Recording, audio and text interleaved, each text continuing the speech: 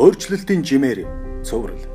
Хүн төрлөختөн их дэлхий дээрх байгалийн баялгаа тасралтгүй ашиглаж, хэрэгцээгээ хангаж хөгжсөөр ирсэн бөгөөд хэтэрхий ашиглалт нь байгаль орчинд тодорхой нөлөөллийг бий болгож байна.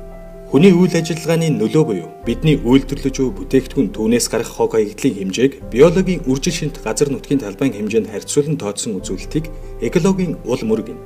Өөрөөр хэлбэл бид хэрэглээгээ талбайгаар илэрхийлж байна гэсэн үг. Бидний бүхий л хэрэгцээг хангадаг хоол хүнс, хувцас хунар, шатхуун, түлш, орон байр гэх мэт бүтээгдэхүүн хангамжууд маань байгалийн нөөц болсон. Ургамал, ой, амтан, бичил биетэн, ус, агаар, ашигт малтмал зэрэг их үүсрүүдээс ашиглагддаг. Талбайгаар хэмжигдэх экологийн ул мөрийн 6 үндсэн нөлөөлөл байдаг. Эдгээр нь газар тариалан, мал аж ахуй, загас агнуур, ой ашиглалт, хот суурин, унаа тээвэр, байгалийн нөөцийг арвилан хэмнэж экологийн ул мөрөө бууруулцгаая. Монгол улсын засгийн газар Швейцарын хөгжлийн агентлагаас хэрэгжүүлж буй тогтвортой хөгжлийн боловсрол төсөл